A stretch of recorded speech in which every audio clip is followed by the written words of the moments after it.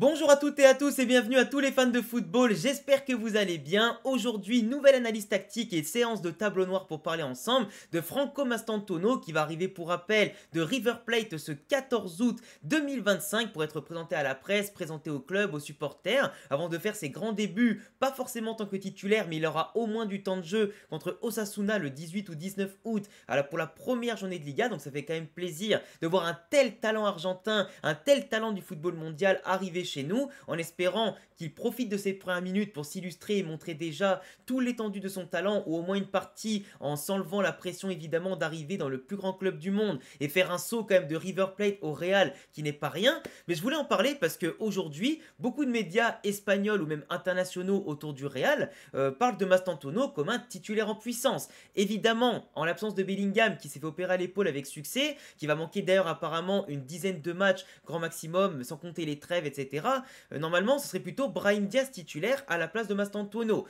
Sachant que Rodrigo, j'en parle pas parce que vu qu'il a annoncé partant et que le Real espère une offre à hauteur de 100 millions d'euros minimum pour lui, je pense pas qu'il va jouer titulaire ou être remplaçant et risquer de se blesser en rentrant en jeu, qui pourrait mettre un frein à sa sortie potentielle. Une sortie qui ferait du bien entre guillemets aux finances du club pour pourquoi pas aller chercher un milieu créatif, à l'autre centrale, éventuellement d'autres besoins qui pourraient intervenir d'ici la fin du mercato. Mais si Rodrigo reste, évidemment qu'on est tous contents. Il a des qualités pour faire partie de cet effectif-là, il a un profil intéressant et dans la rotation et le nombre de matchs qu'on a à faire, il sera super intéressant. Moi personnellement, je préfère garder Rodrigo que le vendre, mais dans le cas où le club veut le vendre évidemment et que Xabi Alonso compte pas forcément sur lui, malheureusement malgré son profil et ce qu'il pourrait apporter en termes d'attitude et de niveau footballistique, bah faut faire avec. Donc aujourd'hui, Brahim Diaz sera sûrement titulaire contre Osasuna pour apporter un peu comme un Florian Wirtz de la technique, de la polyvalence, sa capacité à se mouvoir entre les lignes, à être un très bon balle au pied pour percuter, construire et en tout cas aussi finir lui-même les occasions. Mais dans le cas où aujourd'hui cette vidéo se concentre sur Franco Mastantuono, on va aborder ensemble quelques schémas tactiques offensifs comme défensifs dans lesquels il pourra s'illustrer évidemment et dans lequel le Real Madrid pourra le mettre en évidence. Là actuellement, on fait sans Bellingham, on fait comme si le début de saison arrivait, on fait comme si les matchs avaient commencé, et évidemment que Mastantuono, sans forcément être titulaire, devrait se retrouver dans cette situation s'il rentre en jeu ou même s'il est dans le 11 de départ. On a aujourd'hui, alors, dans le 11, Shane Rudiger, titulaire en défense centrale. Konaté, il est encore en discussion avec Liverpool, on ne sait pas s'il viendra ou s'il viendra pas, mais comme on ne parle pas des joueurs qui sont pas chez nous, au moins voilà, c'est fait.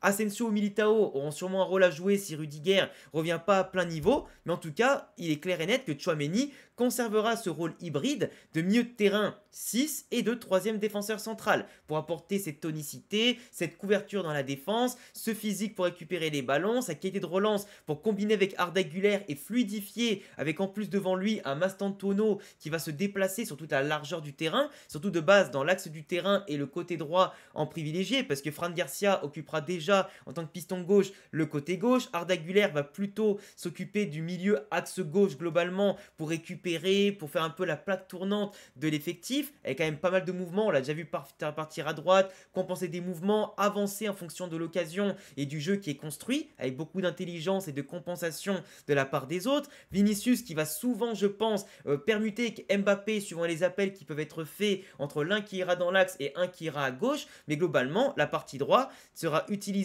par Alexander Arnold qui va souvent déborder soit en collant la ligne, soit en rentrant dans l'axe comme le faisait Frimpong à Leverkusen et comme on l'a déjà vu notamment durant le mondial des clubs, tout comme Fran Garcia faisait l'équivalent de Grimaldo en collant la ligne, ou alors en laissant le côté gauche à Vini ou Mbappé et lui en prenant le demi-axe gauche pour simplement percuter quand il y a des occasions et combiner avec d'autres joueurs. Donc aujourd'hui, si imaginons Alexander Arnold va dans le demi-espace droit, Mbappé est plutôt dans l'axe et Vinicius à gauche, Mastantuono normalement aura un rôle soit de rester en tant que numéro 10 pour combiner évidemment, faire progresser le jeu et pourquoi pas lancer derrière un Vinicius ou un Kylian qui feront l'appel contre appel dans le bon tempo et le bon timing, ou alors Mastantuono pourra lui coller la ligne. On a vu qu'à River Plate, il est très technique, il est très doué dans les 1 contre 1, il est très doué à la passe décisive, il est très doué dans le débordement, mais aussi dans sa capacité à faire des différences en repiquant dans l'axe et parfois en combinant constamment en mouvement dans l'axe du terrain. Et ce qui est bien avec un profil comme ça, c'est que c'est un peu imprévisible. Et ce qui est bien aussi, c'est que quand tu alignes des profils imprévisibles, avec des mouvements qui ne sont pas uniquement calqués sur je colle la ligne, je déborde, je reviens, l'adversaire, au bout d'un moment, pour leur marquage, ils savent plus qui prendre. Si au bout d'un moment, le numéro 5, il se retrouve avec Arnold, puis d'un seul coup, il se retrouve avec Mastantuono, puis des fois avec Mbappé, le mec, il est perdu. Parce que tu défends pas de la même manière sur un Kylian que sur un Alexander Arnold ou que sur un Mastantuono. Alors que si, imaginons, tu as le même vis-à-vis qui colle Vinicius tout le match. Au début, il va se faire passer, il va prendre un bouillon, mais au bout d'un moment, il va s'habituer. Donc il va savoir dans quel timing Vinicius part à gauche ou part à droite et pourra peut-être au bout d'un moment le bloquer, ou la défense va s'habituer. Il viendra peut-être en couverture. Là où quand tu as du mouvement perpétuel et que tu sais plus qui marquer parce que les mecs sont positionnés de manière, alors pas aléatoire non plus, il y a une logique footballistique, mais quand ils sont positionnés avec du mouvement, de l'intelligence, avec des passes, avec constamment, tu vois, des solutions pour le porteur du ballon, et que même dans les 1 contre 1, les mecs sont très très efficaces et très fluides, et que pour leur prendre le ballon, il faut leur faire une faute, et que le moindre espace que tu laisses, le mec qui part en profondeur et t'es mort, et ben ça va provoquer beaucoup de danger dans les défenses adverses. Mastantuono, son but à lui sera plutôt de jouer normalement dans le demi-espace droit. Parce que l'axe va être géré par Arda, Valverde et comme je l'ai dit, sûrement les pistons qui va apporter ce surnombre. Mais quand tu regardes un placement, on peut surtout aussi jouer au-delà du 3-5-2 en 4-3-3. Tu vois, tu places par exemple les joueurs en 4-3-3. Donc tu reviens, on va dire, à un schéma peut-être beaucoup plus basique. Alors attendez, je replace tout comme il faut. Voilà, un schéma beaucoup plus basique, tu vois, avec un Arda Güler qui sera plus placé comme un numéro 6, mais plutôt comme un numéro 8, 10 finalement organisateur, un rôle qu'il affectionne, qui lui permettra autant de revenir chez les ballons que de continuer les occasions et d'aller casser les lignes directement en étant plus haut sur le terrain et pourquoi pas aller conclure en étant positionné un peu plus haut. Valverde qui est indéboulonnable et qui dans tous les cas, que ce soit en 3-5-2 ou que ce soit en 4-3-3 ou en 4-4-2, on va avoir un Alexander Arnold qui va souvent monter et Valverde qui va rester en retrait pour compenser. Mais comme je le répète, dans le cas où Alexander Arnold déborde, Mastantuono va pas rester sur la ligne, il va plutôt rentrer dans l'axe, ce qui va permettre de libérer tout un espace et notamment d'apporter du surnombre, de la qualité et continuer à faire monter le bloc avec des joueurs constamment entre les lignes et qui permettent simplement de dominer le terrain. Hop, de cette façon-là, Mastantuono, Mbappé, Vinicius, Arda, Fran Garcia qui peut monter un peu plus, couvert par Tchouaméni qui dans tous les cas lui reculera légèrement comme un troisième central, qu'on joue à 3 devant ou qu'on joue à 2 devant, et c'est comme ça qu'au bout d'un moment, tu vas créer des schémas de passe avec du lien, avec des joueurs constamment là pour compenser les montées ou les pertes de balles des uns et des autres. Et à partir de là, quand tu as ton bloc qui est haut, avec des joueurs agressifs, techniques, même si l'adversaire te reprend la balle, que tu rates une passe, que tu rates un centre, que tu la mets en touche et qu'il repart tout ce que tu veux, là tu es placé pour faire un bon pressing. Tu es normalement censé être agressif, tu es censé aller à fond sur le porteur du ballon. Et même dans le cas où, imaginons, on joue en 4-4-2, Mastantuono peut très bien se positionner comme ceci. Hop, je le remets là, nickel. Mastantuono peut très bien jouer comme ceci, ou alors on peut très bien jouer comme cela. Je veux dire, je vois aucun problème. Parce que même si Tchouaméni, Valverde, ça ne fonctionne pas, n'oubliez pas que le schéma de Xabi Alonso n'est pas figé. Arda Güler peut très bien se retrouver ici, avec un Mastantuono qui aura un peu ce rôle hybride. Alors là, ça ressemble à rien sur le papier. Mais il peut très bien avoir ce rôle hybride de coller la ligne et avoir une sorte de 4-3-3 modulable dans le 4-4-2 parce que lui va souvent revenir. Ou des fois permuter avec Arnold qui sera là ici et Mastantuono qui va compléter, voilà, avec Valverde qui redescendra d'un cran. Tout comme Arda Güler peut très bien redescendre d'un cran avec un Arnold qui est monté un peu plus haut. Là, c'est des phases que je vous montre suivant les possessions. Évidemment, c'est fantaisiste un peu, mais ça marche. Arda Güler, Tchouaméni, Mastantuono, ou alors c'est bien, dans le 4-4-2, je vais remettre un peu comme c'était là. Comme ça, je peux un peu mieux expliquer comme ça. Hop, voilà. Tchouaméni, Valverde. Dans tous les cas, ce qui compte, c'est pas spécialement le 11 de départ. Ce qui compte, c'est vraiment comment tu associes les profils et comment tel profil va se mettre en évidence dans les bonnes zones de jeu. Parce que Arda Güler, là vous allez me dire, mais Arda Güler c'est pas un ailier gauche, on faisait jouer ailier droit, on le faisait jouer ci. Mais Arda Güler, si tu le mets par exemple là je te l'ai passé ici, mais en vérité, si tu fais un 4-4-2, globalement c'est plutôt un 4-4-2 à plat que pourrait demander Xabi Alonso. Plus qu'un 4-4-2 avec deux vraies offensives, mais après ça dépend aussi de la caractéristique du joueur. Encore une fois, Tchouaméni, il a vocation en tous les cas de revenir troisième central.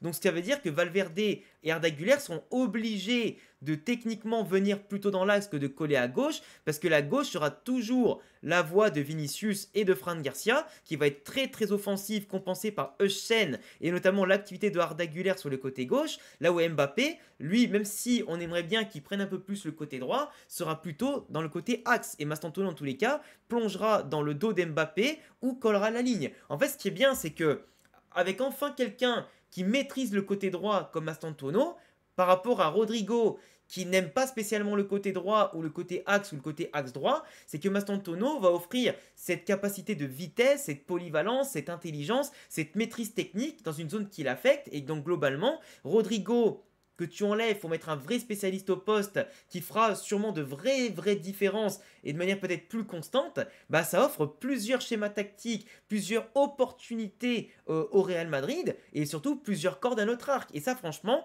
ça n'a pas négligé. Et même si, imaginons, à la place d'Arnold, tu as Carvajal, Carvajal, c'est un peu moins offensif qu'Arnold, mais ça n'empêche pas que Carvajal peut aller dédoubler, peut aller centrer, et surtout avoir le coffre pour revenir. Bien qu'il s'est fait les ruptures au croisé et tout ce que tu veux, moi je suis persuadé qu'il va revenir à très bon niveau, Carvajal. Mais Mastantuono, moi j'adore déjà ce profil de joueur, parce que c'est vraiment quelqu'un qui va aujourd'hui à seulement 18 ans, découvrir le très haut niveau au Real Madrid et qui, je pense, s'il montre les qualités techniques qu'on a vues dans les 1 contre 1, dans les combinaisons, dans la finition et globalement sa capacité à lâcher les ballons et à perforer les lignes adverses, mais que ce soit en tant que numéro 10, que ce soit en tant que milieu axe droit ou que ce soit en tant que ailier pur, ça va être un régal, ça va être un régal. Et imagine, t'as un match où genre même pas, tu sais, genre t'as Brahim à la place de Mastantuono. Tu vois, on va reprendre un petit peu ça comme ça. Hop, en 3-5-2. Voilà, je vous remets ça. En 3-5-2. Tac. Tu fais rentrer Mastantuono on va dire à la mi-temps, à l'heure de jeu. Franchement, mais je sais pas si on se rend compte quand même, avec éventuellement, je sais pas, imaginons t'as Vinicius ou Mbappé qui est fatigué, t'as Rodrigo qui rentre. Mais en vrai, on a une équipe aujourd'hui avec un banc quand même plutôt impactant. T'as Gonzalo qui peut rentrer pour en tout cas faire la différence si tu as besoin vraiment d'un pur neuf pour profiter des centres de Mastantuono, parce que c'est vrai que depuis tout à l'heure je parle d'éventuellement d'Arnold qui déborde, de Fran Garcia qui déborde, de Mastantuono qui va servir d'ailier, de milieu droit pour ensuite servir Mbappé ou Vinicius, mais c'est vrai que si tu n'as pas de point de fixation, tu n'as pas de point d'appui dans la surface, tu vas centrer quasiment pour personne. Mais c'est justement là la clé, c'est que si tu as un jeu qui va se développer dans la possession, dans le pressing qui va être fait, dans les efforts, dans la domination du jeu, il faudra aussi que le Real, au bout d'un moment, mette en place des joueurs qui correspondent aussi, comme à Leverkusen, il y avait Patrici, qu'il y avait Boniface, bah que forcément les joueurs devront élever leur niveau et eux-mêmes, au niveau des attaquants, développer leur finition sur des secteurs peut-être qu'ils ne maîtrisent pas de base. Et c'est comme ça finalement qu'on pourra remporter des Ligas, des Ligues des Champions, si Mbappé et Vinicius n'oublient pas d'évoluer aussi, et si globalement les profils que l'on a matchent bien, et au lieu de centrer quand il n'y a personne, jouer avec un peu plus d'intelligence, avec plus de soutien, avec plus de mouvement, et tu verras qu'on aura encore plus d'occasions, qu'on aura plus de facilité à aller au bout des choses. Et moi je suis persuadé que Alonso, en étant proactif, dynamique, avec des jeunes qui vont progresser et qui vont surtout comprendre le football, et pas faire des choix par dépit, quand on était trop isolé, quand on était à un joueur contre 3 défenseurs, quand on était trop loin les uns des autres, quand il n'y avait pas de lien et tout ça, et ben tu verras que ça va marcher. Et je suis persuadé que si tu alignes des mecs comme Brahim, Arda, Mastantuono, Arda, tu vas voir que avoir des joueurs qui comprennent c'est quoi se déplacer entre les lignes, simplement servir de relais, savoir simplement quand est-ce qu'il faut se retourner, quand est-ce qu'il faut aérer le jeu, quand est-ce qu'il faut frapper, quand est-ce qu'il faut construire encore. Ça, tu vois, c'est ce qui nous a manqué. Et aujourd'hui, Arda Güler plus reculé, Tchouaméni qui a une vision de plus d'ensemble en étant troisième central, Eushen qui est très bon à la relance, des joueurs aussi aujourd'hui qui développent leur capacité qu'on ne soupçonnait pas, comme les Fran Garcia et tout. Moi, je suis persuadé que l'alchimie peut fonctionner, que Mastantuono, qui soit titulaire ou remplaçant, comme certains, auront dans tous les cas un rôle à jouer. Et comme je vous l'ai montré, en 3-5-2, 4-4-2 ou 4-3-3, ce qui compte véritablement, au-delà de qui tu alignes, c'est pas les joueurs ou le 11 type, c'est comment l'animation offensive comme défensive va se mettre en place. Parce que Mastantuono, c'est aussi quelqu'un qui va beaucoup défendre. Si Arnold, il est là-haut, tu vois que Mastantuono, ça va être un chien qui va revenir jusqu'ici. Tout comme il va des fois compenser avec Arda peut-être au milieu de terrain et Tchouaméni. Si jamais Valverde est bas pour remplacer Arnold et que Mastantuono au charbon, à mon avis, en tant qu'Argentin et sa grinta. Il a connu le championnat sud-américain, il sait très bien comment ça se passe avec la Copa Libertadores et tout. Et on avait même vu ça au Mondial des clubs, que le gamin, il avait pas peur d'y aller. Tu vois, c'est des choses auxquelles il faut penser, mais moi, je suis persuadé que l'équilibre et l'adaptation de certains va être faite de manière rapide, et je suis persuadé qu'on va se la régaler dès les premières journées de Liga. Enfin bref, dites-moi les amis ce que vous en pensez de Mastantuono et sa capacité à s'intégrer au Real Madrid. À ce que demande Xabi Alonso, est-ce que vous le voyez titulaire rapidement en l'absence de Bellingham? Est-ce que Rodrigo ou Brahim seront titulaires à sa place? Est-ce que voilà, est-ce qu'il va y avoir une hiérarchie claire selon vous ou pas du tout? J'ai hâte, donnez-moi votre hype dans les commentaires, abonnez-vous, cochez la cloche, mettez le petit pouce bleu et je vous dis à très vite pour de prochaines vidéos. Ciao!